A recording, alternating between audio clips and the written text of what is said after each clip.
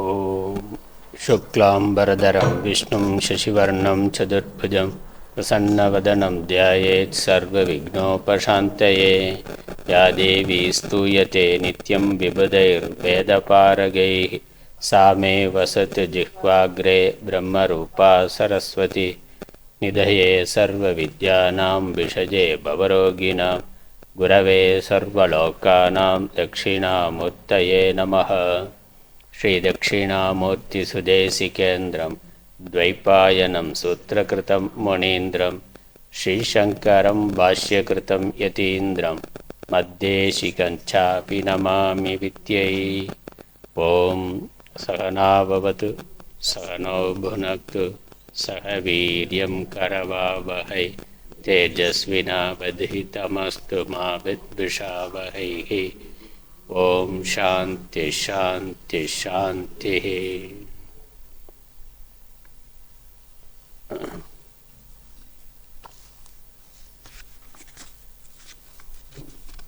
குரு வணக்கம். சேர்ந்து படிப்போம். தந்தைதாயாவானும் சார்கதியுங்காவானும் அந்தமிலா இன்பநமக்காவானும் எந்தமுயிர் தானாகுவானும் சரணாகுவானும் அருட்கோணாகுவாகும் குரு. கோவிலூர் சிதம்பர ஞானதேசிக சுவாமிகள் அருளிய லக்ஷணாவிருத்தி பிரம்ம நாமாவளி. கேட்குதா? கம்மியாக இருக்கா? சவுண்டு வேணும். கம்மியாக இருக்கும் வாலிக்கு.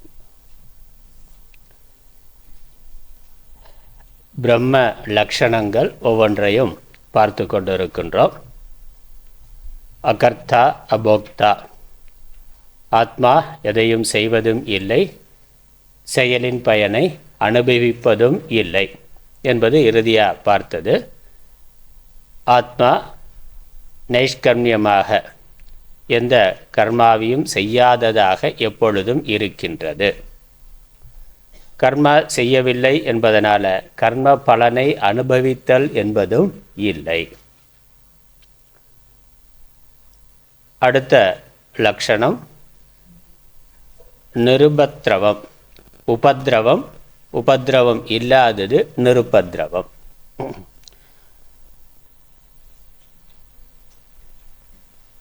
பாடல் படிக்கலாம். 12வது பாடல். நனிவாத பித்தம் சிலேர்ப்பணம் அது ஆதியாய், நவில் வியாதியும் உரிச்சல், நலிசூடு மிடியாதி பீடையும் தூளதனு, நன்னுறும் அலாது சுக்க, தனுவினுக்கு இலதாலும் மாமயக்கம், குரோதம் காமலோபம் ஊமை, சார் செவிடு இலஜ்ஜை முதல் ஆன சுரமே, சொக்க தனுவினுக்கு அன்றி மூல, தனுவினுக்கு இல்லாததாலுமே காரிய, தனு ஆக்கு சுரமும் மூல, தனுக்கு உறுதலாலும் இத்திருவித சுரங்களும், தனுவின் அயல் ஜீவனுக்கே சனியாது அதாலுமே அறிவாம் நமக்கு, இப்பிரசங்கம் வர நியாயம் இல்லா தன்மையால் நிருபாதியாகின்ற நாம், மிக தவறியில் நிருபத்ரவனே.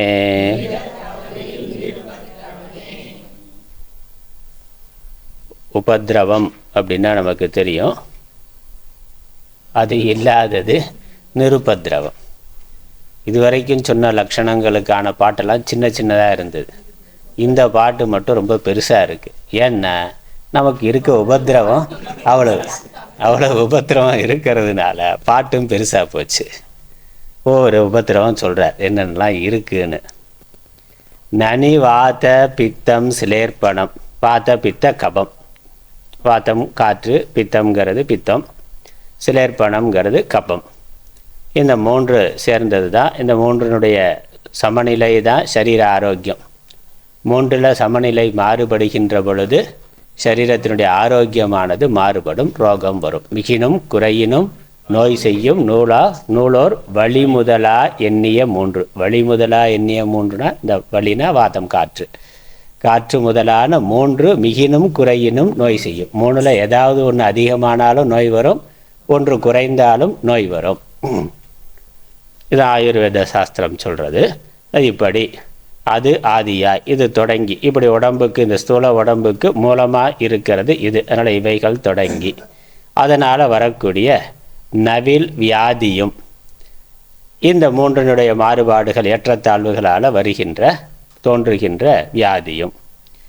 உரிச்சல்னா உறிஞ்சுதல்னு சொல்கிறோமே, கொஞ்சம் மூக்குறிஞ்சிடுது. அதுதான் குளிர்காலத்தில், மழை காலத்தில், இல்லை ஜலதோஷம், ஏதோ பாக்டீரியா, வைரஸ், ஏதோ ஒரு காரணம், பல காரணம் சொல்கிறான் சளி பிடிக்கிறதுக்கு. ஏதோ விதத்தில் டஸ்ட் உள்ளே போகுது, தேவையில்லாத ஒன்று உள்ளே போனால் அதை வெளியேற்றுவதற்காக உடம்பு செய்கின்ற ஒரு வேலை. அதனால் உரிச்சல்ங்கிறது உறிஞ்சல், மூக்கு உறிஞ்சுதல்.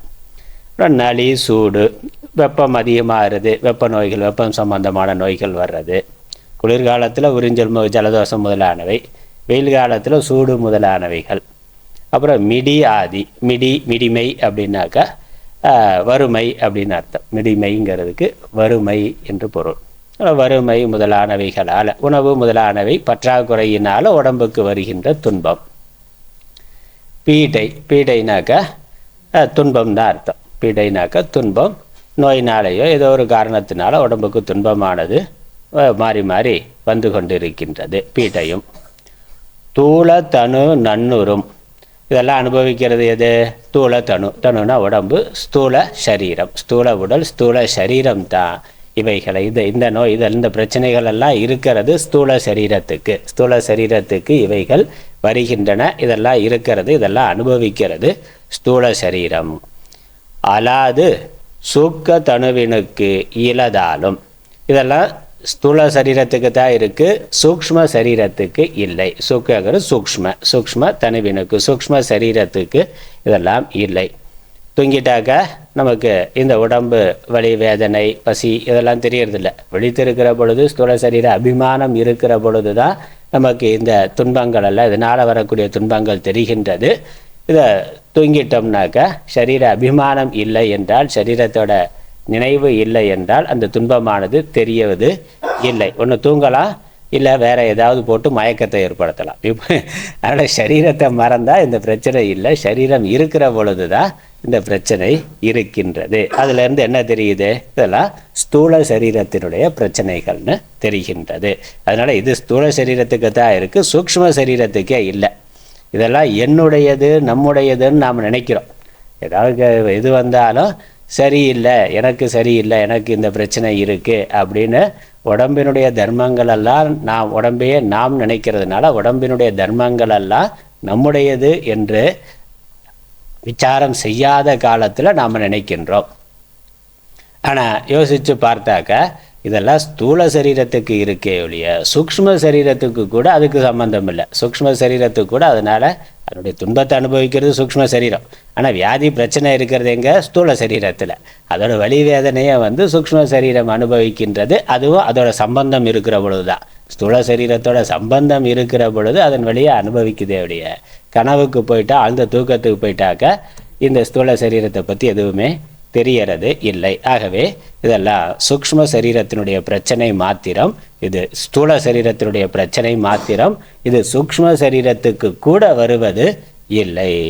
அதனால் இது மூணாவது வீட்டு பிரச்சனை, நம்ம வீட்டு பிரச்சனை இல்லை, அது தள்ளி மூணாவது வீட்டில் நடக்கக்கூடிய ஒரு பிரச்சனை. மூணாவது வீடு தீப்பிடிச்சு எறிஞ்சால் நம்ம என்ன பண்ணுவோம்? வேடிக்கை பார்ப்போம். அதை ஃபோன் எடுத்துகிட்டு போய் எடுத்து செல்ஃபி கூட எடுப்பான், எடுத்து உடனே சோசியல் மீடியாவில் போடுன்னா அதை அணைக்கிறதுக்கு என்னங்கிறதெல்லாம் அப்புறம். முதல்ல பரபரப்பாக ஒரு நிகழ்ச்சி தூரமாக நடக்குதுன்னா, மூணாவது வீட்டில் இல்லை மூணாவது தெருவில் நடந்தாக்க அது நமக்கு வேடிக்கையான ஒரு விஷயமாக தான் இருக்கே இல்லையே, ஒரு பரபரன்னு இல்லை. அது கொஞ்சம் கொஞ்சமாக பக்கத்தில் வரும்னாக்க அப்போ பரபரப்பாக அது. அதனால் இந்த மாதிரி ஸ்தூல சரீரத்தோட பிரச்சனை இது. அது மூணாவது வீடு. அதனால என்ன சொல்றாரு, சூக்ஷ்ம தனுவினுக்கு இலதாலும். இந்த ஸ்தூல சரீரத்தில் இருக்கக்கூடிய பிரச்சனைகள் எல்லாம் சூக்ஷ்ம சரீரத்தில் இல்லை. ஒன்று. அதுக்கப்புறம் மயக்கம்னா பெருமயக்கம். இந்த வாத பித்தக்கமம் மாறுபாட்டினால வரலாம், இல்லை பிபி அதிகமாகிறது குறையாகிறதுனால மயக்கம் வரலாம், இல்லை வேறு ஏதாவது செயற்கையாக உள்ளே போட்டு மயக்கத்தை ஏற்படுத்தலாம். அதனால் மனமயக்கம்னு இருக்குது. அந்த மயக்கம்ங்கிறது வர்றது. குரோதம். அதனால் இது மயக்கம்ங்கிறது இந்த இடத்துல மோகம்ங்கிற அர்த்தம். சரீரத்துக்கு வரக்கூடிய மயக்கம் இல்லை, மோகம்ங்கிற அர்த்தம். மனதில் காமக்ரோதத்தினால வருகின்ற மோகமானது, விஷயங்களில் மயங்கிறதுங்கிறது. அடுத்தது குரோதம், வெறுப்பு. கோபம். காமம் ஆசை, பேராசை. லோபம் அது பொருட்பற்று, அதிகமான பற்று. ஊமை, வாய் பேசாமல் இருக்கிறது. செவிடு, காது கேட்காமல் இருக்கிறது. லஜ்ஜை, வெக்கம் முதலான இவை. ஆன சுரமே, சூக்ம தனுவினுக்கு அன்றி. இந்த ஜுரமெல்லாம் முதல்ல சொன்ன சுரம்ங்கிறது ஜுவரம், காய்ச்சல்ங்கிறது துன்பம் தான். இந்த முதல்ல சொன்ன ஜுவரங்கள் எல்லாம் ஸ்தூல சரீரத்துக்கு வர்றது. இந்த மயக்கத்தில் தொடங்கி இதெல்லாம் சூக்ஷ்ம சரீரத்தினுடைய ஜுவரங்கள், சூக்ஷ்ம சரீரத்தினுடைய பிரச்சனைகள், சூக்ஷ்ம சரீரத்துக்கு துன்பத்தை தரத்தக்கது. இப்போ வாய் பேசலைனாக்கா சூக்ஷ்ம சரீரத்தில் இருக்குது. அந்த ஞான இந்திரியத்தில் வாக்குங்கிறது சூக்ஷ்ம சரீரத்தில் தான் இருக்குது. அது பேசலாம், பேசாமல் இருக்கலாம். இந்த மாதிரி காது கேட்கறது, கேட்காம போகிறது, கண்ணு பார்க்கறது, பார்க்காம போகிறது, அதெல்லாம் நமக்கு நோயினாலேயோ இல்லை முதுமையினாலேயோ அதில் மாறுபாடுகள் வருகின்றன. அது இல்லாமல் எப்பொழுதுமே இந்த காமம், குரோதம், லோபம், இந்த மோகம், இந்த மாதிரியான மன உணர்வுகள் மனதில் இருக்கின்ற மனதினுடைய ஜுவரங்கள், மனதினுடைய துன்பங்களுக்கு காரணமாக இருப்பவை இவைகளும் கூட சூக்ஷ்ம தனுவினுக்கு அன்றி மூலத்தனுவினுக்கு இல்லாததாலுமே. மூலத்தனுங்கிறது காரண சரீரம். இந்த ரெண்டுக்கு மூலமாக காரணமாக இருக்கக்கூடிய காரண சரீரம். இந்த சூக்ஷ்ம சரீரத்தினுடைய இந்த பிரச்சனைகள் எல்லாம் காரண சரீரத்திற்கு இல்லை. காரண சரீரத்தில் அவைகள் இல்லை. ஆழ்ந்த தூக்கத்துக்கு போயிட்டாக்க அது எவையும் தெரியவில்லை. ஏன்னா கனவுல கூட இந்த காமம் குரோதம் வரும். கனவுல ஸ்தூல சரீரத்தினுடைய பிரச்சனைகள் கனவுல தெரியறதில்லை. ஆனால் மனசு இருக்குது, மனசு செயல்படுது, சூக்ஷ்ம சரீரம் செயல்படுது. அங்கே காம குரோதம், வெறுப்பு மற்றதெல்லாம் வருது. அதனால் வரக்கூடிய துன்பங்கள் கனவுல இருக்குது. ஆழ்ந்த தூக்கத்துக்கு, கனவும் இல்லாத தூக்கத்துக்கு போகிற பொழுது காரண சரீரம் மட்டும் இருக்குது. இந்த சூக்ஷ்ம சரீரம் மனசும் காரண சரீரத்தில் லயமாகி விடுகிறது. அப்போ இந்த வெறுப்பு முதலானவைகள் எதுவும் இல்லை. அதனால் இருக்கக்கூடிய துன்பங்கள் எதுவும் இல்லை. அதனால் இதெல்லாம் என்னது, ரெண்டாவது வீட்டு பிரச்சனை. நம்ம பிரச்சனை இல்லை, அந்த பக்கம் நமக்கு ரெண்டு வீடு தள்ளி இருக்கக்கூடிய பிரச்சனை அங்கே. அதுக்கப்புறம் மூலத்தனுவினுக்கு இல்லாததாலுமே இப்படி சூக்ஷ்ம சரீரத்துக்கு இருக்கிற பிரச்சனைகள் காரண சரீரத்தில் இல்லை. காரிய தனு ஆக்கு சுரமும் மூலத்தனுவுக்கு உறுதலாலும். இந்த மூலத்தனு இருக்கே காரண சரீரம், இந்த காரண சரீரத்தோட பிரச்சனை என்னன்னா, அதோட ஜுவரம் அது என்னன்னா காரிய தனு ஆக்குனா ஆக்குதல். இந்த ஸ்தூல சூக்ஷ்ம சரீரங்களை உண்டு பண்ணுறது தான் அதோட பிரச்சனை, அதோட வேலை. அது பண்ணுற வேலை தான் அது. இந்த காரண சரீரம் சூக்ஷ்ம ஸ்தூல சரீரங்களை உண்டு பண்ணுதல், அதனால் ஆக்குதல்ங்கிறது. காரிய தனு ஆக்குனா காரிய தனுக்கள் இந்த ஸ்தூல சூக்ஷ்ம சரீரங்களை உண்டு பண்ணுறதுங்கிறது காரண சரீரம், அவித்தையினுடைய வேலை, அதனுடைய பிரச்சனை எது. அதற்குள்ளே இருக்கக்கூடிய வாசனையினால் அவைகள் வெளிப்படுகின்ற பொழுது இந்த சரீரங்கள் வருகின்றன. அதனால் காரண சரீரத்தோட அவித்தையினுடைய காரண சரீரங்கிறது அவித்யா, அஜ்ஞானம் தான். அது அனாதி அஜ்ஞானம். அதில் ஜீவர்களுடைய அனாதி வாசனைகள் இருக்கின்றன. அந்த வாசனைகளுக்கு ஏற்றாற் போல அந்த ஸ்தூல சூக்ஷ்ம சரீரங்களை அது வெளிப்படுத்துகின்றது. அதுதான் காரண சரீரத்தினுடைய பிரச்சனை. ஏன்னா அது செய்யாமல் இருந்தால் பிரச்சனையே இல்லை. நம்ம பாட்டு பிரளயத்திலேயே இருந்தால், தூக்கத்திலேயே இருந்துட்டால் பிரச்சனை இல்லைல்ல. தூக்கத்திலிருந்து விழித்தால் தான் நமக்கு எல்லா பிரச்சனையும் வந்து சேருகின்றது. ஆனால் தூக்கத்திலேயே இருந்துடலாம் அப்படின்னா நம்ம சங்கல்பத்தில் அது இல்லை. தூங்க போகிறதும் நம்ம சங்கல்பத்தில் இல்லை, அதிலிருந்து விழிக்கிறது நம்முடைய கையில் இல்லை. இப்போ வேறு ஏதோ ஒன்று அதை தூண்டி விட்டு விழிப்பை ஏற்படுத்துகின்றது. இந்த ஸ்தூல சூக்ஷ்ம சரீரத்தை அதன் மேலே அபிமானத்தை உண்டு பண்ண செய்கின்றது. அது எது பண்ணுறது? அவித்யா, பண்ணுகின்றது. அவித்யா காரியம் இந்த மூல காரண சரீரத்தினுடைய வேலை அது. இந்த மூலத்தனு காரியத்தனு ஆக்கு சுரமும் மூலத்தனுவுக்கு உறுதலாலும் அது மூல காரண சரீரத்தினுடைய வேலை. அவைகள் பண்ற வேலை ஸ்தூல சூக்ஷ்ம சரீரங்களை உண்டு பண்ணுதல். அது முதல் வீட்டு பிரச்சனை. அது அதை பண்ணுது. அது இப்போ ஸ்தூல சூக்ஷ்ம சரீரத்தை உண்டு பண்ணி கொண்டு இருக்கின்றது. அது பண்ற வேலை. அதனால அது துன்பத்தை அது அனுபவிக்கின்றது.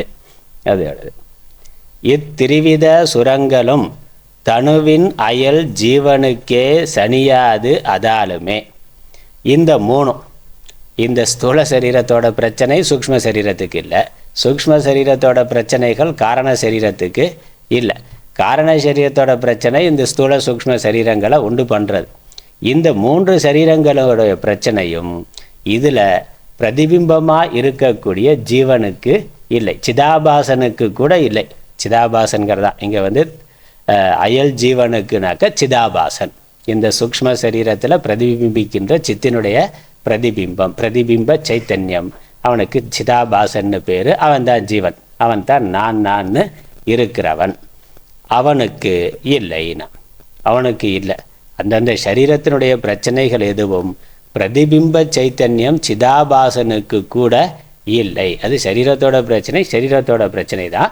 அந்த சரீரத்தை எப்போ இந்த சிதாபாசன் நான் நினைக்கிறானோ அப்பொழுது அவனுடைய பிரச்சனையாக அது ஆவது போல இருக்கு. அப்பயும் ஆகலை, இவன் கற்பனை பண்ணி கொண்டதுனால, அது என்னுடையதுன்னு இவன் நினைக்கிறதுனால அது என்னுடையதாக தெரிகின்றது. இல்லைன்னா இல்லை, வாஸ்தவமாக அதுக்கும் இல்லை. அந்த சரீரத்தோட பிரச்சனை சரீரத்துக்கு தான். அந்த சரீரத்தின் மேலே சிதாபாசன் அபிமானம் கொண்டால் அவனுக்கு அந்த பிரச்சனை வருது, இல்லைன்னா இல்லை. அதனால் வாஸ்தவமாக சிதாபாசனுக்கும் பிரச்சனை, சிதாபாசனுக்கே பிரச்சனை இல்லைன்னா அதான் சொல்கிறார். அதாலுமே சனியாது அதாலுமேனா, சிதாபாசனுக்கே அந்த துன்பம் இல்லை, பிரச்சனை இல்லைன்னா. ஏன்னா கண்ணாடியில் தெரிகிற பிரதிபிம்பம் கண்ணாடியினுடைய குணதோஷம் அதில் இருக்கிற மாதிரி தெரியலாமே ஒழிய அந்த பிரதிபிம்பத்துக்கு அதனால் ஏதாவது பிரச்சனையானா அது ஒன்றும் இல்லை. அது ஒரு பிரதிபிம்பம் மாத்திரம், அதுக்கும் அதனால் ஒன்றும் இல்லை. இந்த ஒரு பறவை பறக்குதுன்னா, ஒரு பெரிய கழுகு மேலே பறக்குது, அதனுடைய நிழல் என்ன பண்ணுது, இந்த தரையில் ரோட்டில் விழுகுது, சென்னை ரோட்டில் விழுகுது, குண்டும் குழியுமாக இருக்கக்கூடிய ரோட்டில் விழுகுது. அந்த ரோட்டில் மழை பெஞ்சு சேரும் ஜகதியுமாக இருக்குது, அங்கங்கே மேடு பள்ளம் இருக்குது, அங்கங்கே அந்த மேன்கோல் சாக்கடை ஓட்டையெல்லாம் திறந்துருக்குனாக்க, அப்போ அந்த மேலே பறக்கின்ற அந்த பறவையினுடைய நிழல் இதில் விழுகிற பொழுது, அந்த பறவை பறந்து போகிற பொழுது அந்த மேடு பள்ளத்துக்கு ஏற்றாற் போல் அந்த நிழலும் மேடு பள்ளத்துக்கு போகுது. அது சேரும் ஜகதியில் இருந்து அந்த நிழலும் சேரும் ஜகதிக்குள்ளே போகுது. சுத்தமான இடமா இருந்து அதுலேயும் போய்கொண்டே அது இருக்கின்றது. நிழல் அந்த தரையோட சம்பந்தப்பட்டது போல இருக்கின்றது. தரையினுடைய ஏற்றத்தாழ்வுகள், அதனுடைய தூய்மை, மாசு அதோட சம்பந்தப்பட்டது போல் அது ஏறி இறங்கி போய்கொண்டே இருக்கு. அதனால் வாஸ்தவமாக அந்த நிழலுக்கு ஏதாவது பாதிப்பானா ஒன்றும் கிடையாது. ஏன்னா அது நிழல். உண்மையாக இருந்தால் பாதிப்பு ஏற்பட முடியும், நிழலுக்கு பாதிப்பு வருமானா வராது. அதுக்கு ஒன்றும் பிரச்சனை கிடையாது. அது ரோட்டோட பிரச்சனை, அது ரோட்டோட பிரச்சனை, ரோட்டில் போகிற மனிதனோட பிரச்சனையாக வேணால் இருக்கலாமே வெளியே. அந்த நிழலுக்கு அதனால் எந்த பிரச்சனையும் இல்லை. பார்த்தா அது பிரச்சனையில் இருப்பது போல இருக்குதே ஒழிய வாஸ்தவமாக அதுக்கு எந்த பிரச்சனையும் இல்லை. அது அதுவாகவே இருக்கின்றது. நிழலுக்கே எந்த பிரச்சனையும் இல்லைன்னா மேலே போல கருடனுக்கு ஏதாவது பிரச்சனையானா ஒன்றுமே கிடையாது. அவர் ஸ்ட்ரைட்டாக போகிறார், பைபாஸ் ரோட்டில் போயிட்டு இருக்க மாதிரி எந்த மேடு பள்ளமும் இல்லை. அவர் அவர் பாட்டுக்கும் போய்கொண்டே இருக்கிறார், எந்த தடையும் இல்லை. அங்கே எதுவும் ஸ்பீட் பிரேக்கர்லாம் கிடையாது. எந்த தடையும் இல்லாமல் அவர் பாட்டுக்கு ஒரே நேர்கோட்டில் போய்கொண்டு இருக்கின்றார். அதனால் சிதாபாசனுக்கே அது இல்லைன்னா, அதனால் ஜீவனுக்கே இந்த திரிவித சுரங்களும் இத்திரிவித சுரங்களும் தனுவின் அயல், இந்த 3 சரீரங்களுக்கும் அயலாக இருக்கின்ற ஜீவனுக்கே சனியாதுன்னா. இந்த ஜீவன் சரீரத்துக்குள்ளே இருக்கிற பொழுது சரீரத்துக்கு ஏதாவது துன்பம் அப்படின்னாக்கா கொதிக்கிறான். காஃபி கொஞ்சம் ரொம்ப சூடாக இருந்து கையில் கொடுத்துட்டாங்கன்னா, உனக்கு அறிவு இல்லையா, இவ்வளோ சூடாவா காப்பியை கொடுப்பேன்னு சொல்லி இவர் கொதிக்கிறார். காஃபியோட கொதிப்பு இவருக்கு வேற கை சுற்றுச்சுன்னு சொல்லி காஃபியோட கொதிப்பில் இவர் கொதிக்கிறார். ஆனால் ஒரு நாள் என்ன ஆகுது, ஒட்டுமொத்த உடம்பையே தூக்கி நெருப்புலையே போட்டான். நெருப்பு சம்பந்தமாக கொஞ்சம் சூடாக இருந்த காப்பிக்கு அந்த கொதிச்ச ஆள் இந்த உடம்பை தூக்கி நெருப்பில் போட்டால் ஒரு ரியாக்ஷன் ஒன்றும் இல்லை. நெருப்பில் இருக்கிற இப்போ என்னாச்சு? அப்போ அந்த உடம்பு தான் சுட்டது, உடம்பு நெருப்பில் எரியுது. அந்த சிதாபாசன் அங்கே இல்லைன்னா பிரச்சனை இல்லை, கொதிப்பு இல்லை. சிதாபாசன் உடம்புல இருக்கிற பொழுது ஐயோ அம்மான்னு கத்துவேன். உடம்புல இருக்கிற போது உடம்பு நான்கிற எண்ணம் இருந்தது, அதனால கத்துனான். அந்த சிதாபாசனில் சம்பந்தப்படலைன்னா நெருப்புலேயே தூக்கி போட்டாலும் அது ஒன்றும் இல்லை, அது அந்த உடம்போட பிரச்சனை. சிதாபாசனுக்கு கூட அங்கே ஒரு பிரச்சனையும் இல்லை, ஏன்னா அவர் கிளம்பி போயிட்டார். அவர் அந்த சரீரத்தை விட்டுட்டு அவர் வேற சரீரத்தை யாத்தனா சரீரத்தில் பயணப்பட்டு இருக்கிறார். அங்கே என்ன பிரச்சனை வருது அது வேற, அது போகிற வழியில் என்னெல்லாம் இருக்குங்கிறது அது தனி. ஆனால் இந்த சரீரத்தோட பிரச்சனை சரீரத்தினுடையது தான், அது சிதாபாசனுக்கே இல்லை. அதனால் சனியாது அதனு ஜீவனுக்கு அயல், அதனால் அயல்னா அதற்கு வேறாயிருக்கின்ற ஜீவனுக்கு சனியாதுன்னா ஜனியாது, தோன்றாது. அதாலுமே அறிவாம் நமக்கு இப்பிரசங்கம் வர நியாயம் இல்லா தன்மையா. அதனால் நியாயங்கிறது நியாயம். அதனால் இந்த நியாயம் இல்லைன்னா இந்த அதற்கு வேறாக அந்த சிதாபாசனுக்கும் வேறாக சித்தாக இருக்கின்ற அறிவு சொரூபமாக இருக்கின்ற சாட்சியாக இருக்கின்ற ஆத்மாவுக்கு இந்த பிரசங்கம், இப்படி இந்த ஜுவரங்கள் இருக்குன்னு பிரசங்கம் வர நியாயம் இல்லா தன்மையால் எந்த விதமான நியாயமும் இல்லை, அநியாயம். இந்த உடம்போட நியாயம் இல்லைன்னு என்ன அர்த்தம்? அநியாயம். உடம்போட காய்ச்சலை, உடம்போட பிரச்சனை ஆத்மாவான என்னுடைய பிரச்சனை, ஆத்மாவோட என்னன்னா என்னுடைய பிரச்சனை அப்படின்னு நினைச்சா அது அநியாயம், அது நியாயமே கிடையாது, வருவதற்கான வாய்ப்பே இல்லாத ஒன்று. ஆனால் அறியாமையினால தன்னுடையதாக நினைக்கிறார். அதனால இது நமக்கு, இது அறிவாம் நமக்கு அறிவு சொரூபமாக இருக்கின்ற ஆத்மாவாகிய நமக்கு இப்பிரசங்கம், இந்த பிரசங்கம், இந்த துன்பம் முதலானவைகள் வர நியாயம் இல்லா தன்மையால் நிருபாதி ஆகின்ற நாம், நிருபாதையா இந்த உபாதிகள் எல்லாம் இல்லாமல் இருக்கின்ற நாம். அதனால் இதெல்லாம் உபாதி, உபாதியினுடைய தர்மங்கள், உபாதியினுடைய பிரச்சனைகள். நாம் ஆத்மா எப்பொழுதுமே நிருபாதி.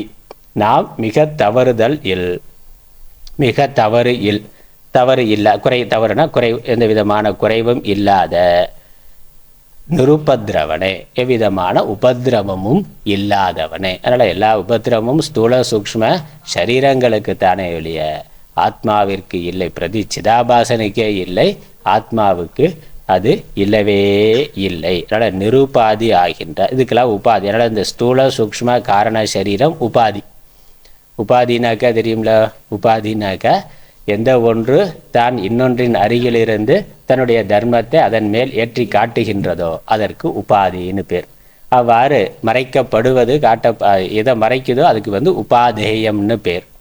ஆனால் இந்த சரீரம் முதலானவை உபாதியாக இருக்கின்றன. நமக்கு உதாரணம் ஸ்படிகம் தான். ஸ்படிகத்துக்கு பக்கத்தில் ஒரு பூ இருந்தால், செம்பருத்தி பூவோ இல்லை வேற ஏதோ நீல புஷ்பம் இருந்தாக்கா அதனுடைய நிறம் அந்த ஸ்படிகத்தின் மேலே, அந்த லிங்கத்தின் மேலே ஏறி அது சிவப்பு நிறம் அடைந்தது போல தெரிகின்றது. வாஸ்தவமாக ஆச்சானா ஆகலை. அதோட அடிப்படை, அதோட சுபாவமான ஸ்வச்சத்தன்மை எந்த விதத்திலையும் மாறுபாடு அடையவில்லை. அந்த பூவினுடைய அருகாமை இருக்கிறதுனால அதனுடைய நிறத்தை தான் அடைந்தது போல அது காட்டுகின்றது, அடைந்தது போல அது இருக்கின்றது, வாஸ்தவமாக அடையவில்லை. அதனால் அந்த புஷ்பத்துக்கு உபாதின்னு பேர். அந்த உபாதி சம்பந்தத்தினால அந்த உபாதேயமானது ஒரு குணத்தை அடைந்தது போல இருக்கு, வாஸ்தவமாக அது இல்லை. அதே போல் இந்த சரீரம், ஸ்தூல சூக்ஷ்ம காரண சரீரங்கள் ஆத்மாவிற்கு உபாதியாக இருக்கின்றன. உபாதியினுடைய தர்மங்கள் ஆத்மாவிற்கு ஒரு பொழுதும் இல்லை, அது அடைந்தது போல இருக்கலாம். அதுவும் அறியாமை இருக்கிற பொழுது, அறியாமையினால் அது எனக்கு வந்தது போல இருக்கலாம், வாஸ்தவமாக அது இல்லவே இல்லை. அதனால் அதெல்லாம் நிருபாதிய, உபாதி இல்லாத எனக்கு எதுவும் இல்லை. அதனால் நான் நாம் மிக தவறு இல்லாத, எவ்விதமான குற்றமும் இல்லாத, குறையும் இல்லாத, உபத்திரவும் இல்லாதவனே, எவ்விதமான தொந்தரவும் நமக்கு ஆத்மாவாகிய நமக்கு எதனாலும் இல்லை. அதனால் சரீரத்தினாலேயோ சரீரத்துக்கு புறத்தில் இருக்கக்கூடிய தட்பவெப்பநிலை மற்ற சூழ்நிலைகள் என்னெல்லாம் இருக்கும், அதெல்லாம் சரீரத்தை பாதிக்கலாம். ஆத்மாவாகிய என்னை ஒரு பொழுதும் பாதிப்பது இல்லை, பாதிக்க இயலாது. பாதிக்க முடியாது. ஏன்னா அதெல்லாம் பொய்யானது, நான் சத்தியமானவன். நான் சத்தியமானவன், அதெல்லாம் பொய்யானது.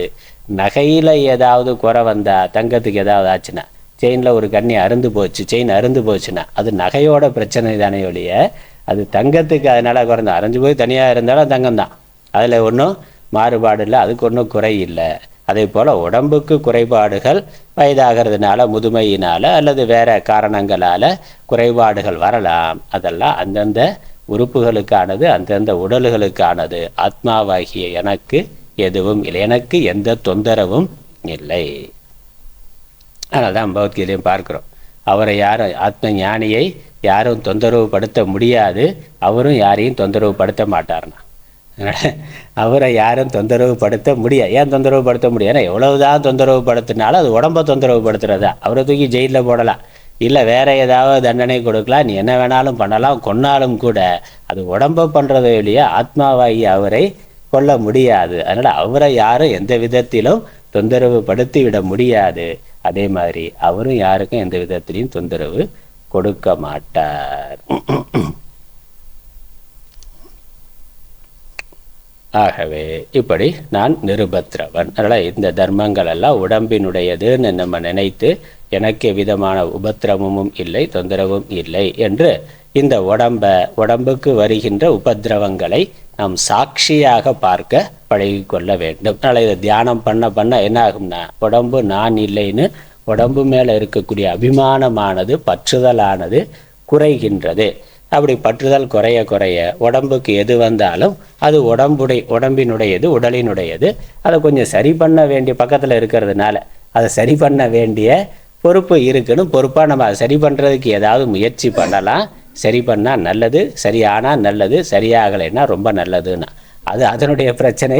பாபத்தை அனுபவித்து தீர்க்குதுன்னா பாபம் தீர்ந்து போகுது, அதனால் நல்லது தான் அதுன்னு சாம பார்க்கிறார். தன்னுடையதாக கருதுவது இல்லை, அதனால் புலம்புறது இல்லை.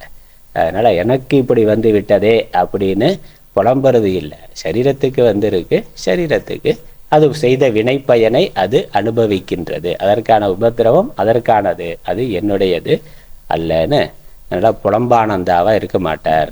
அவர் புலம்புறதுங்கிறது இல்லை, எவ்வளோதான். ஏன்னா அந்த ஞானம் திடமாயிட்டா, நான் நிருபத்ரவன்கிறது திடமாயிட்டாக்கா நமக்கு அது பெரிய பாதிப்பை ஏற்படுத்தாது. எந்த அளவுக்கு அட்டாச்மெண்ட் இருக்கோ அந்த அளவுக்கு பாதிப்பு வருது. எந்த அளவுக்கு நம்முடைய உடல் மேலே அவ்வளோ பற்றுதல் இருக்கோ வருது. அதே அளவு பற்றுதல் பக்கத்தில் இருக்க உடம்பு மேலே இருந்து அதுக்கு காய்ச்சல் வந்தால் கூட அது தன்னுடையதாக பெரிய துன்பமாக இருக்கும். அதனால் பற்றுங்கிறது எந்த உடம்புல யார் மேலே எங்கே இருந்தாலுமே பற்று இருக்கிறதுனால துன்பம் வருது, பற்று போனால் துன்பம் இல்லை. அதனால் அதை தியானம் பண்ணணும், நிதித்தியாசனம் பண்ணணும். நான் நிருபத்ரவன், எனக்கு எந்த உபத்திரவமும் இல்லை. வருவதெல்லாம் பிராரப்தத்தினால சரீரங்களுக்கு வருகின்றது. சரீரம் அது செய்த வினைப்பயனை அனுபவிக்கின்றது. ஆத்மாவாகிய எனக்கு எதுவும் இல்லை. அதுக்கப்புறம் நிர்லேபன்னா ஒட்டுதல்னா, சரி சரீரத்துக்கு பக்கத்தில் இருக்கிறதுனால சரீரத்துக்கு வர்றது ஆத்மாவுக்கு ஒட்டிக்காதானே. பக்கத்து வீடு எரிஞ்சால் நம்ம வீட்டுக்கு வரும்ல, அடுத்து நம்ம வீட்டுக்கு தானே வரும். அங்கே இருக்கிறது பக்கத்து வீட்டில் எரியிடும். தூரமாக எரிஞ்சால் வேடிக்கை பார்க்கலாம், பக்கத்து வீடு எரிஞ்சால் நம்ம வேடிக்கை பார்க்க முடியாது. உடனடியாக என்ன பண்ணணும், அந்த நெருப்பு அணைக்கிறதுக்கு முன்னாடி நம்ம வீட்டில் தண்ணி ஊற்றி வச்சுக்கணும். நெருப்பு இங்கே வராமல் பாதுகாப்புக்கு என்ன பண்ணுறதோ அதெல்லாம் செய்து வைத்து கொள்ள வேண்டும்னா, அப்போ அந்த ஒட்டுதல் பக்கத்தில் இருக்கிறதுனால சம்பந்தம் வரலாம். அதனுடைய இது எனக்கு அந்த ஈசிக்கிறதுன்னு அந்த மாதிரி ஈசிக்கலாமே, ஒட்டி கொள்ளலாமே அப்படின்னு கேட்டால் அப்படியும் வர முடியாது. அதனால் லேப்பம்னா ஒட்டுறது, நிர்லேபன்னா எவ்விதமான ஒட்டுதலும் இல்லாதவன் நான். 13வது பாடல். பகர்தல் ஒரு தொங்கினவன் கையில் தங்கும், பதார்த்தமது நீங்கி மிகத்தானே செல்லும், தகைமையுறல் அன்னமயம் ஆதியான தகும் பஞ்ச கோஷங்கள் ஆன்மாவாகா, நிகழ்தல் உறும் எமக்கயலாய் தோன்றி வேறாய் நின்று புறம்பே இறந்து நீங்களாலே இகழ்விலதாய் இருக்கின்ற நாமே நித்தம்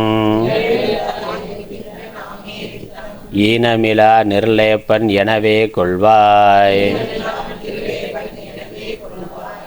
பகர்தல் ஒரு தொங்கினவன் கையில் தங்கும் பதார்த்தமது நீங்கி மிகத்தானே செல்லும். தகைமையுறல் அன்னமயம் ஆதியான தகும் பஞ்ச கோஷங்கள் ஆன்மாவாகா. நிகழ்தல் உறும் எமக்கு அயலாய் தோன்றி வேறாய் நின்று புறம்பே இறந்து நீங்களாலே. இகழ்விலதாய் இருக்கின்ற நாமே நித்தம் ஈனமிலா நிர்லேப்பன் எனவே கொள்வாய். பகர்தல் ஒரு தொங்கினவன் கையில் தங்கும் பதார்த்தமது நீங்கி மிகத்தானே செல்லும். ஒரு உதாரணம் சொல்கிறார். கையில் புஸ்தகம் வச்சு படிச்சுக்கிட்டு இருக்கிறார். கொஞ்சம் நேரத்தில் தூங்கிட்டாருன்னா தூங்கினா என்ன ஆகும்? கையில் இருக்க புஸ்தகம் தானாக நழுவி விழுந்துடும். அது நழுவி விழுந்து விடுகிறது. அப்போ தானாக அது நழுவி போய் விடுகிறது. அவனுடைய பிடிமானம் இல்லை. அந்த மாதிரின்னு அதனோட உதாரணம். தொங்கினவன் கையில் தங்கும் பதார்த்தம் அது நீங்கி மிகத்தானே, அது இயல்பாக தானே அது நழுவி சென்று விடுகிறது. அது போகிறதுனால இவனுக்கு ஒன்றும் இழப்பு நஷ்டம் ஒன்றும் இல்லை. அது இயற்கையாக போய்விடுகிறது. அதுபோல தகைமை உரல் அன்னமயம் செல்லும் தகைமை போல அன்னமயம் ஆதியான தகும் பஞ்ச கோஷங்கள் ஆன்மாவாக நிகழ்தல் உறும். இந்த பஞ்சகோஷ அன்னமயம் முதலான 5 கோஷங்களும் ஆத்மாவாக இருக்கின்ற எமக்கு அயலாய் தோன்றி எனக்கு வேறாக தோன்றி இருந்து. அதனால் அவன் கையில் இருக்கக்கூடிய புஸ்தகமாக ஏதோ ஒரு பொருள் அவனுக்கு வேறானது, அவனுக்கு வேறான ஒரு பொருள் அவனுடைய கையில் தற்காலிகமாக பிடித்திருக்கிறான். அது தூங்கின பிறகு நழுவி போய்விடுகிறது. அப்போ அந்த பொருள் வேறு, அவன் வேறு. அதே மாதிரி இந்த பஞ்சகோஷங்கள் ஆத்மாவிற்கு வேறானது, எமக்கு அயலாய் தோன்றி எமக்கு வேறாக அது தோன்றி கொண்டிருக்கின்றது. வேறாய் நின்று புறம்பே இறந்து நீங்களாலே இந்த சரீரங்கள் பஞ்சகோஷங்கள் எனக்கு வேறாக இருந்து அவை நீங்கி போவதினால் அழிந்து போவதினால் அது ஆத்மா அப்படியே இருக்கு. இந்த சரீரங்கள் போய்விடுகின்றன. ஸ்தூல சரீரம் போயிடுது, அப்படியே நழுவி போய்விடுகிறதுன்னு. தூக்கத்திலேயே போகுது. அது இறந்து போனால் ஆள் போய் சேர்ந்தா தான் போகணுங்கிறது இல்லை. தூக்கத்திலேயே அது வரைக்கும் ஸ்தூல சரீரத்தில் நான் தீவிரமான அபிமானத்தில் இருக்கிறான். கையில் இருக்க புஸ்தகம் நழுவி போகிற மாதிரி இவன் தூக்குறான். சரீரமே நழுவி போயிரு. ஸ்தூல சரீரத்திலேருந்து நழுவி இவர் சூக்ஷ்ம சரீரத்துக்கு போயிடுறார். அங்கே நழுவி போயிடுறார். இந்த ஸ்தூல சரீரத்தை பற்றி விதமான உணர்வும் இல்லாமல் அதன் மேலே இந்த அபிமானமானது படிப்படியாக அப்படியே தூக்கத்துக்கு போக போக போக உணர்வு போய் அது வரைக்கும் கொசு கடிச்சா தெரிய அடிப்பார். உள்ளே போயிட்டார்னா சரீரத்தை மறந்துட்டு உள்ளே போயிட்டார்னா சூக்ஷ்ம சரீரத்துக்கு மேலே கொசு கடிச்சாலும் ஒன்றும் தெரியறது இல்லை. அப்போ நழுவி போய் விடுகிறது. அல்ல ஸ்தூல சரீரம் மாறு ஒரு அவஸ்தையில் இருக்கக்கூடிய ஸ்தூல சரீரம் இன்னொரு அவஸ்தையில் இல்லை, அது நழுவி போய்விட்டது. அப்புறம் சூக்ஷ்ம சரீரம் என்னாச்சுன்னா அது காரண சரீரத்துக்கு இவர் போகிற பொழுது, ஆழ்ந்த தூக்கத்துக்கு போகிற பொழுது அதுவும் நழுவி போய்விடுகின்றது. அப்படி நழுவி போவதனால அது வேற நான் வேற என்ன அதுவே நானாக இருந்தால் நழுவி போக முடியாது, இருந்துகிட்டே தானே இருக்கணும். அப்போ அது நழுவி போகிறதுங்கிறதுனால என் கையில் இருக்கக்கூடிய புஸ்தகம் மாதிரி ஒரு பொருள் மாதிரி அது வேறு நான் வேறு. மரணத்திலையும் அதான், மரணத்திலையும் சரீரம் போகின்றது. அதனால் ஆத்மா போதல் என்பது இல்லை. அதனால் எமக்கு அயலாய் தோன்றி வேறாய் நின்று, அதனால் பிறக்கிறது இருக்கிறது அப்புறம் போகிறது எல்லாமே தோன்றுதல், வேறாய் நின்றுனா இருத்தல். எனக்கு வேறாக அது என்னிடத்தில் தோன்றுகிறது, என்னிடத்தில் இருக்கிறது, அப்புறம் புறம்பே இறந்து நீங்களாலே அது இறந்தும் போகின்றது. ஆத்மாவாகிய என்னிடத்தில் உடல் வருகின்றது, இருக்கின்றது, போகின்றது. இகழ்விழதாய் இருக்கின்ற, அப்படி நீங்காததாக இருக்கின்ற நாமே. இதெல்லாம் போனாலும் எவ்விதமான குறையும் இல்லாமல் இருக்கு. அது போகிறதுனால ஆத்மாவுக்கு ஏதாவது குறைஞ்சி போச்சான்னா எவ்விதமான குறைவும் இல்லை. இகழ்தல் குறைதல் இல்லாமல் இருக்கின்ற நாமே நித்தம் ஈனமிலா நிர்லேபன் எனவே கொள்வாய். அதனால் இந்த சரீரத்துக்கும் எனக்கும் ஒட்டுதல் இல்லை. நிர்லேபன்கிறது ஒட்டுதல் இல்லாதவன். எனக்கு அதில் ஒட்டுதல் இல்லை. ஒட்டி இருந்தால் நானும் சேர்ந்து போகணும். ஆனால் அப்படி போகிறதில்ல.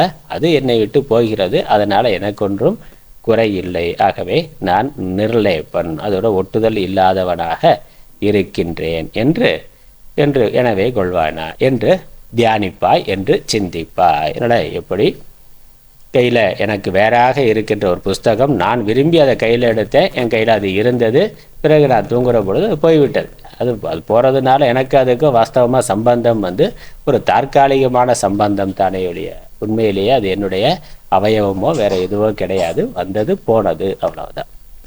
தங்கத்தின் மேலே நகை தோன்றி இருந்து போகின்றது. அதனால் தங்கத்துக்கு ஏதாவதுன்னா ஒன்றும் இல்லை.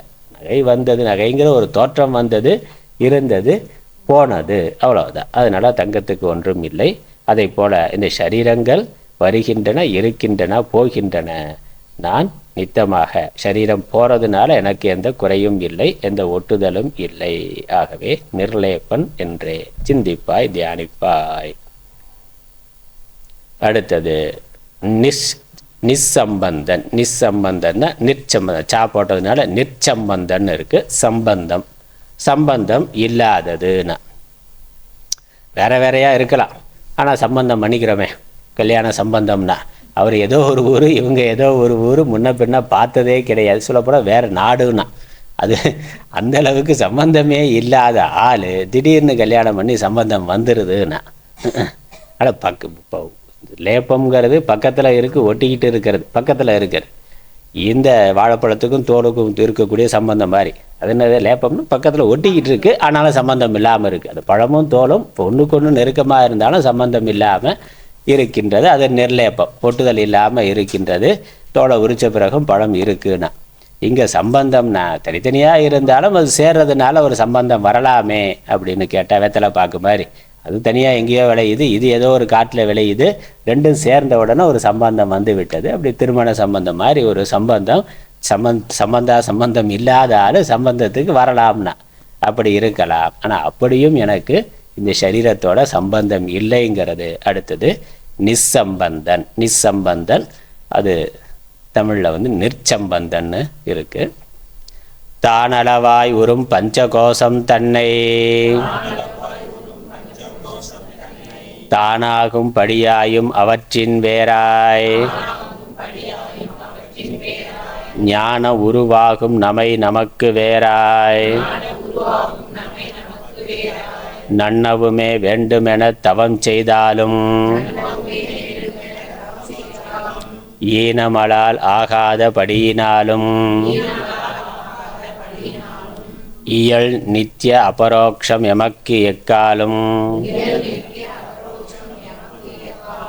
ஊனமுறும் கோச தொடக்கு அற்றதாலும் ஒப்பில் நிற்சம்பந்தன் அகம் எனவே ஓர்வாய்.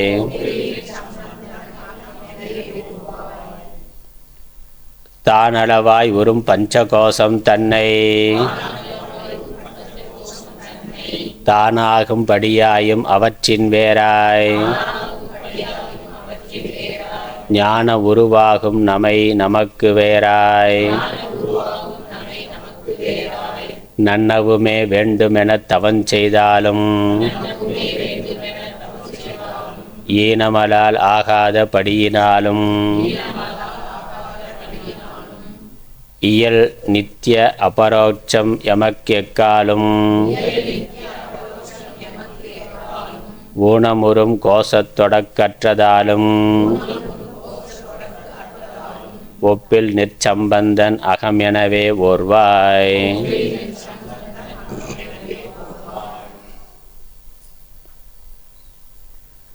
தானளவாய் உறும் பஞ்சகோசம் தன்னை தானாகும்படியாயும் அவற்றின் வேறாய் ஞான உருவாகும் நமை நமக்கு வேறாய் நன்னவுமே வேண்டுமென தவம் செய்தாலும். என்னதான் தவம் பண்ணி இந்த ரெண்டையும் ஒன்றாக்கணும்னு நினச்சாலும் ஒன்றாக்க முடியாதுங்கிற. அதனால் தவம் செய்தாலும் நன்னவுமே வேண்டுமென அடையவும் வேண்டுமென தவம் செய்தாலும் என்ன?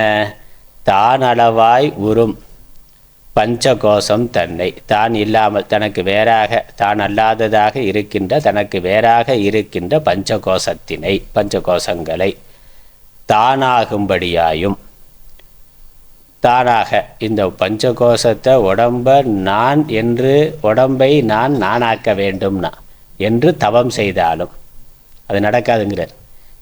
நீ நினைச்சாலும் உடம்பு நீயாக முடியாதுன்னா, உடம்பு நான் ஆகணும், எப்படியாவது உடம்பை நான் ஆக்கி விடுவேன் அப்படின்னு தலையிலா நின்று தவம் பண்ணாலும் அது ஆகாது. உடம்பு வேற நீ வேறதான், உடம்பு வேற நீ வேறு தான். அதனால் அறியாமையினால் அதை நான் நினைக்கிறமே ஒழிய ஆக்கவே அந்த உடம்பு நான் ஆக முடியாது, நான் ஆக்கவும் முடியாது. அதுக்குத்தான் சொல்கிறார். அதனால் தவம் செய்தாலும், அடுத்த வரி பார்த்தா தெரியும், ஈனம் அலால் ஆகாத படியினாலும். ஈனம்னா அதனால் ஒரு இகழ்ச்சி தான் வருமே ஒழிய அது நடக்காது. இந்த உடம்பை நான் ஆக்குதல் என்பது என்னதான் தவம் செய்தாலும் ஆகாது, அது நடக்காது. அதனால் இந்த சரீரத்தோடைய சொர்க்கலோகம் போகணும்னா அப்படி ஆசைப்பட்டார்ல, சரி, ஏன்னா சரீரத்தை விட முடியல, சரீரமே நான், அதனால் இந்த சரீரத்தை என்னால் விட்டுட்டு போக முடியாது, ரொம்ப நல்லா இருக்குது, இந்த சரீரத்தோடையே நான் சொர்க்கலோகத்துக்கு போகணும், அங்கே போட எந்த லோகத்துக்கு போனாலும் இந்த சரீரத்தோடையே போகணும், அதை விட முடியாது அப்படின்னு நினச்சா அது முடியாதுன்ட்டார். நாங்கள் சொர்க்கலோகத்துக்கு போனாக்க அங்கே வாயிற்காப்போடனே உள்ள விடலை, இது சரீரத்தோடலாம் இங்கே வர முடியாது அப்படின்னு சொல்லி திரும்ப அனுப்பிச்சி விட்டுறேன். இந்த சரீரத்தை நான் ஆக்க வேண்டும் என்று தவம் செய்தாலும் ஈனமலால் ஆகாத படியினாலும் அது ஆகவே ஆகாது, உடம்பு நான் ஆகவே ஆகாது ஒரு கருத்து. அதுக்கப்புறம் அவற்றின் வேறாய் ஞான உருவாகும் நமை, இந்த பஞ்சகோசங்களுக்கு வேறாக ஞான உருவாக இருக்கின்ற நம்மை, ஆத்மாவாகிய நம்மை, நமக்கு வேறாய்னா இந்த ஆத்மாவை நான் எனக்கு வேறாக ஆக்க வேண்டும் என்று நினைத்தாலும் முடியாதுண்ணா, அதுவும் முடியாது. பஞ்சகோசத்தை ஆத்மாவாக்கணுனாலும் முடியாது. இந்த ஆத்மாவையே நான் எனக்கு வேறாக அந்நியமாக பார்க்க ஏன்னா ஆத்மானுபவம்னா ஆத்மாவை நான் பார்க்க விரும்புகிறேன், மற்றதெல்லாம் பார்க்கிற மாதிரி என்னுடைய ஆத்மாவை நான் பார்க்க விரும்புகின்றேன் அப்படின்னு நினச்சா அதுவும் முடியாது. பார்க்க முடியுமா? பார்க்குற ஆள் யார்? ஆத்மாவை அந்நியமாக்கிட்டா பார்க்குற ஆள் யாருங்கிறது வரும். அப்படி ஆக்க முடியாது, என்னை நானே வேறாக ஆக்கி பார்க்க முடியாது. அதனால் நம்ம கண்ணால் நம்ம கண்ணையே நாம் பார்க்க முடியாது, அது முடியவே முடியாது. அதனால் உடம்புக்கு வேறான பஞ்சகோசங்களை ஆத்மா ஆக்க வேண்டும் என்றாலும் என்னதான் தவம் செய்தாலும் அது நடக்காது. இந்த ஆத்மாவாகிய தன்னை தனக்கு அந்நியமாக ஆக்க வேண்டும் என்று நினைத்தாலும் அது முடியாது. அதனால் நீ ஆத்மா இல்லைன்னு நினைச்சாலும் ஆத்மாதான், சரீரத்தை ஆத்மா என்று நினைத்தாலும் அது ஆத்மா இல்லைதான். சரீரத்தை நீ ஆத்மா நினைச்சாலும் அது ஆத்மா இல்லை, ஆத்மா ஆகவே ஆகாது, ஆக முடியாது. நான் ஆத்மா இல்லைன்னு நீ நினைத்தாலும் ஆத்மாதான், நீ ஆத்மாதான், அதை ஒன்றும் இல்லாமல் பண்ண முடியாது. அதனால் எனக்கு ஆத்மா நாஸ்திகவாதி சொல்கிறேன், ஆத்மாலாம் ஒன்றும் கிடையாதுன்னு சொல்கிற ஆள் யார்? ஆத்மா ஒன்றும் இல்லை, ஆத்மானு ஒன்றும் இல்லைன்னு சொன்னாக்க அதை சொல்கிற ஆள் யார்? சொல்கிற ஒரு ஆள் இருக்கிறானே, ஒரு அறிவு இருக்கின்றதே, அது யாருங்கிறது. அதனால் அது நடக்கவே நடக்காது. அதனால் நீ ஆத்மஸ்வரூபம் தான். இயல் நித்திய அபரோக்ஷம் எமக்கு எக்காலும் ஊனம் உறும் கோச தொடக்கு அற்றதாலும் எப்பொழுதும். அதனால் இது ஈனமலால் ஆகாதபடி, இது அப்படி நினச்சாக்கா ஒரு அறியாமை அன்றி ஒரு இகழ்ச்சி தான் ஏற்படுமே ஒழிய அப்படி நடப்பதற்கான வாய்ப்பே இல்லை என்பதனாலும் நித்திய அபரோக்ஷம் எமக்கு, நித்திய அபரோக்ஷமாக இருக்கின்ற எமக்கு, ஆத்மாவாகிய எமக்கு எப்பொழுதும் அபரோக்ஷமாகனாக்கா பரோட்சமாகவும் இல்லாமல் பிரத்யக்ஷமாகவும் இல்லாமல் அபரோக்ஷமாக நான் என்று விளங்கி கொண்டிருப்பதாக இருக்கின்ற எமக்கு. அதனால் பார்த்த நம்ம பிரத்யக்ஷம் பரோட்சம், கண்ணுக்கு முன்னாடி இருக்கிறது பிரத்யக்ஷம், ஆத்மா எப்பொழுதும் பிரத்யக்ஷம் ஆகாது, ஏன்னா அது அறிபவனாக இருக்கிறது, அறியப்படும் பொருளாக ஆத்மாவை பார்க்க முடியாது, ஆகாது. பரோட்சம் இல்லை, பிரத்யக்ஷம் இல்லை. பிரத்யக்ஷமாக ஒன்று இல்லைன்னா பரோட்சமாக இருக்கலாம். நமக்கு தெரியாத எவ்வளவோ விஷயங்கள் உலகத்தில் இருக்கே, இப்போ தெரியாத விஷயங்கள் எல்லாமே பரோட்சம், தெரியக்கூடிய விஷயங்கள்லாம் பிரத்யக்ஷம், தெரியாத விஷயங்கள் எல்லாம் பரோட்சம். அப்படி ஆத்மாவை பரோட்சம்னு சொல்லலாமானா ஆத்மா ஆத்மா பரோட்சம்னு சொன்னாக்கா நான் எங்கேயோ இருக்கிறேன்னு அர்த்தம். நான் இங்கே இல்லை, அது வேணால் நம்ம கிளாஸில் எங்கேயோ போயிடலாம், அது வேற. கிளாஸில் மனசு எங்கேயோ போகலாமே வெளியே ஆத்மா போக முடியாது. அதனால் நான் எங்கேயோ இருக்கிறேன்னு சொல்லி நான் எனக்கு என்னை தெரியுமா தெரியாதான்னா, எனக்கு என்னை தெரியுமா தெரியாதாங்கிற எனக்கு என்னை தெரியாததா தெரியாத விஷயம்லாம் பரோட்சமாயிருது. அதனால் எனக்கு என்னை தெரியாது அப்படின்னு நம்ம சொல்ல முடியாது. ஆகவே பரோட்சம் இல்லை. எனக்கு என்னை நல்லா தெரியுமேண்ணா எப்படி தெரியும்? புறத்தில் இருக்க பொருளை பார்த்த மாதிரி உன்னை நீ பார்த்துருக்கிறாயா அப்படின்னாக்கா அப்படியும் பார்க்கவில்லை. ஆகவே எனக்கு என்னை நான் என்னை மற்ற அறியப்படும் பொருள்களை பார்ப்பது போல என்னை பார்த்திருக்கிறேன்னு சொல்ல முடியாது. ஆகவே அது பிரத்யக்ஷமும் இல்லை. அப்போ நான் எப்படி ஆளு? இந்த ரெண்டு குரூப்லையும் வராததுனால அபரோக்ஷம்னா நான் நித்திய அபரோக்ஷம். எப்பொழுதுமே நான் இருக்கிறேன் என்று விளங்கி கொண்டிருக்கக்கூடிய ஒரு ஆள்.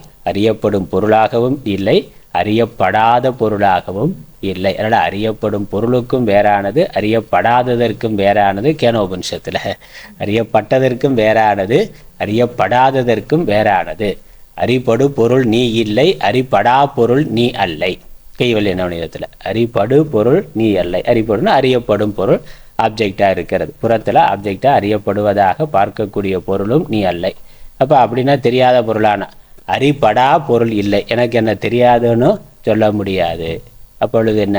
அறிபொருள் ஆகும் உன்னை, அறிகின்ற பொருளாக இருக்கின்ற உன்னை. அப்போ இந்த பிரத்யக்ஷம் என்று எது பார்த்து கொண்டிருக்கின்றதோ அப்படி பார்ப்பவனாக அறிபவனாக இருக்கின்ற உன்னை அனுபவித்து அறிவாய் நீயேன. அதனால் அனுபவித்து அறிவாய் நீயேன, அது அனுபவமாக இருக்கே ஒழிய வேற எப்படியும் அதை சொல்ல முடியாது. அதனால் ஆத்மானுபவம் என்னைக்கோ ஒரு நாள் வரணுங்கிறது இல்லை.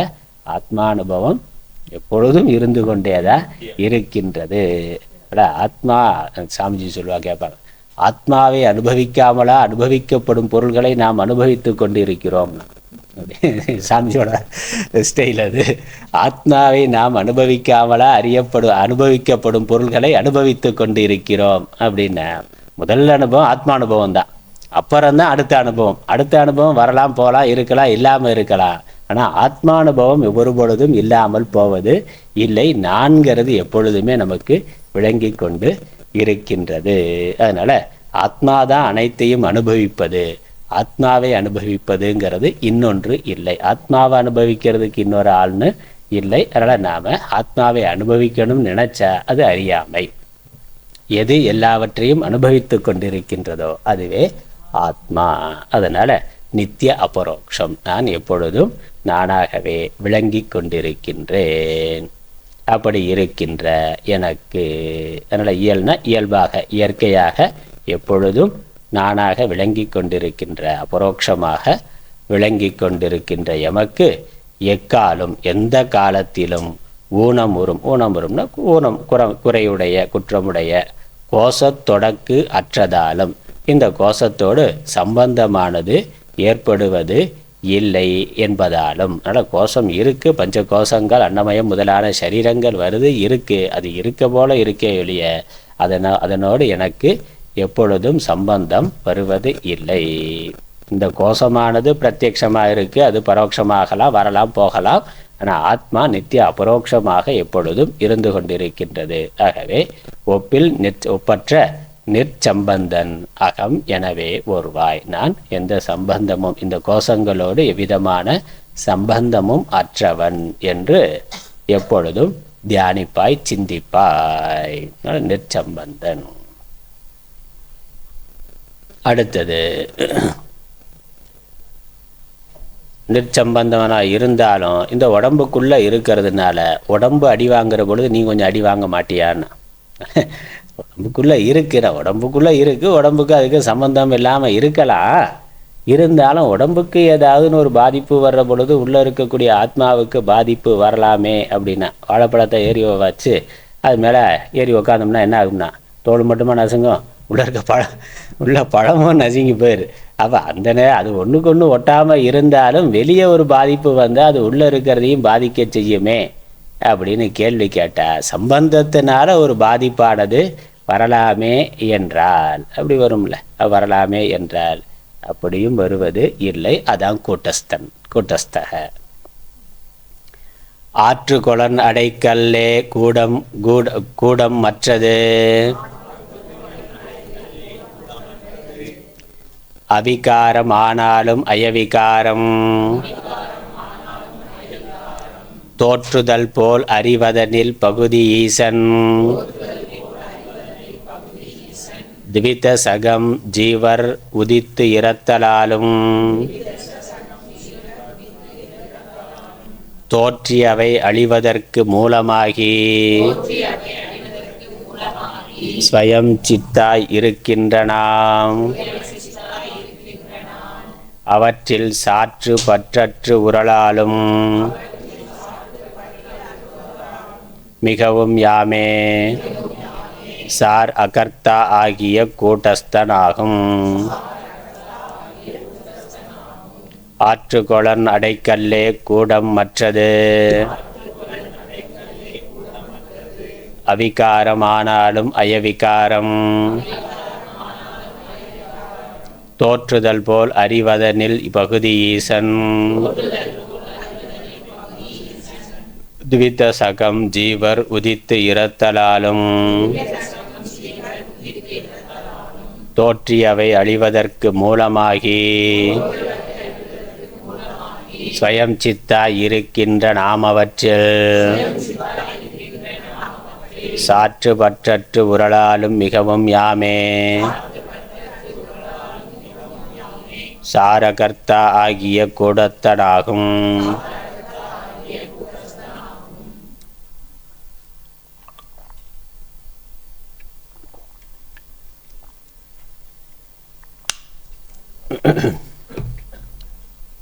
கூட்டஸ்தக, கூட்டம் போல இருக்கிறவன் கூட்டஸ்தன்னு பேர்.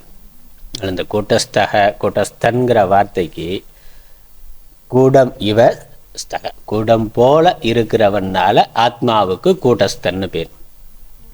அப்போ கூடம்னா என்ன? அதான் முதல் வரி சொல்லுது. அதை முதல்ல அந்த விளக்கம் தான் கொடுக்குறார். ஆற்றுக்கொளன் அடைக்கல்லே கூடம். கூடம்னா இந்த கொலன்னா கொல்லம் பற்றையில் இருக்கக்கூடிய இரும்பு பற்றை இருக்கு. இரும்பு பற்றையில் அந்த இரும்பை காய்ச்சி ஒரு கடப்பாரை பண்ணணும்னு நினைக்கிறான்னாக்கா அந்த இரும்பை காய்ச்சிறான். நல்லா காய்ச்சி வெப்பப்படுத்தி அப்புறம் அதை வேணுங்கிற வடிவத்துக்கு கொண்டு வர்றதுக்காக என்ன பண்ணுறான், அதை நல்லா அடின்னு அடிப்பான். அப்படி அடிக்கிறதுக்கு ஒரு கல் வச்சுருப்பான் கீழே, ஒரு இரும்பு கல், அடைக்கல்னு பேர். அதுக்கு பேர் அடைக்கல்னு பேர், அன்வில்னு சொல்லுவாங்க அடைக்கல். அந்த இரும்பு கல் அது நல்லா பெருசாக இப்படி இருக்கும். அந்த இரும்பில் காய்ச்சி அந்த இரும்பு மேலே காய்ச்சின இரும்பை கீழே இருக்க அடி இரும்பு மேலே வச்சு அடின்னு அடிப்பான். இல்லை, அது அந்த கீழே இருக்கக்கூடிய கல்லுக்கு தான் கூடம்னு பேர். அந்த அடைக்கல் அடிகள் இருக்கே, அடியில் இருக்கக்கூடிய அந்த இரும்பு துண்டு, அதுக்கு கூடம்னு பேர். அது எப்படி இருக்கும்? மற்ற அந்த கூடமானது மற்றதுன்னா அது அந்த கூடமானது அவிகாரம். அது தன்னுடைய தன்மையிலிருந்து எந்த மாறுபாடும் அடையாமல் அப்படியே இருக்கும். மேலே அடிக்கிற இரும்பு தான், காய்ச்சின இரும்பு தான் மாறுபாடு அடையுமே ஒழிய அந்த அடி இரும்பு மாறாமல் அப்படியே இருக்கும். அதனால் அவிகாரம் ஆனாலும் அயவிகாரம் தோற்றுதல் போல. அயஸ்ன இரும்பு, விகாரம் அந்த மேலே இருக்கக்கூடிய காய்ச்சப்பட்ட இரும்புல விகாரமானது மாறுபாடானது தோன்றுவது போல. அப்போ அடைக்கல் அந்த அடி இரும்பானது மாறுபடாமல் இருந்தாலும் மேலே இருக்கக்கூடிய அந்த இரும்பு துண்டானது மாறுபாடு அடைவது போல. அறிவதனில் அந்த அறிவுங்கிறது சித்து சைத்தன்யம், ஆத்மா பிரம்மம். அந்த பிரம்மமாகிய அதனிடத்தில் பகுதினா பிரகிருத்தின்னு அர்த்தம். மாயை பிரகிருதி. இந்த பகுதிங்கிறது தமிழ் நூல்களில் எல்லாத்தையும் பிரகிருதிங்கிறத பகுதி என்று சொல்லுகிறார்கள். பகுதி பிரகிருதி.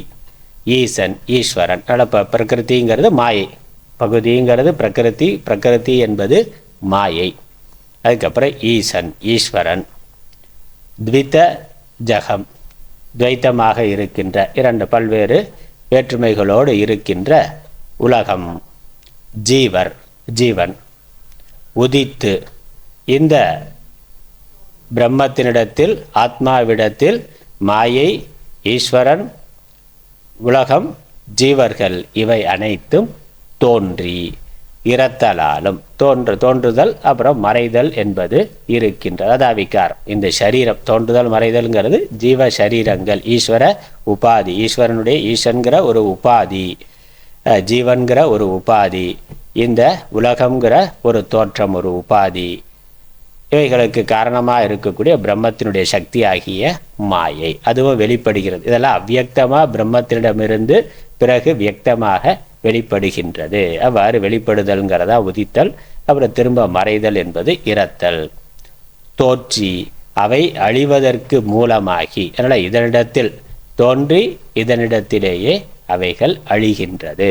அப்படி இவைகள் தோன்றி அழிந்தாலும், இந்த உபாதிகள் தோன்றி அழிந்தாலும் ஆதாரமான ஆத்மா பிரம்மமானது இந்த கூட்டம் போல தோற்றம் மறைவு இல்லாததாக, விகாரம் இல்லாததாக இருக்கின்றது. அதாவது உதாரணம், மூலமாகி ஸ்வயம் சித்தாய், அது ஸ்வயம் பிரகாசமாக இருக்கின்ற நாம், ஸ்வயம் சித்தாய் இருக்கின்ற நாம், அவற்றில் சாற்று பற்று அற்று உரலாலும், அவை வந்து போகிற பொழுது அதனிடத்தில் ஆத்மாவானது பற்றுதல் இல்லாமல் அது விகாரம் அடைகிற பொழுது தானும் விகாரம் அடையாமல் தன்னுடைய சொரூபத்தில் இருந்து மாறாமல், நல்ல விவர்த்த உபாதான காரணம்ங்கிறோம்.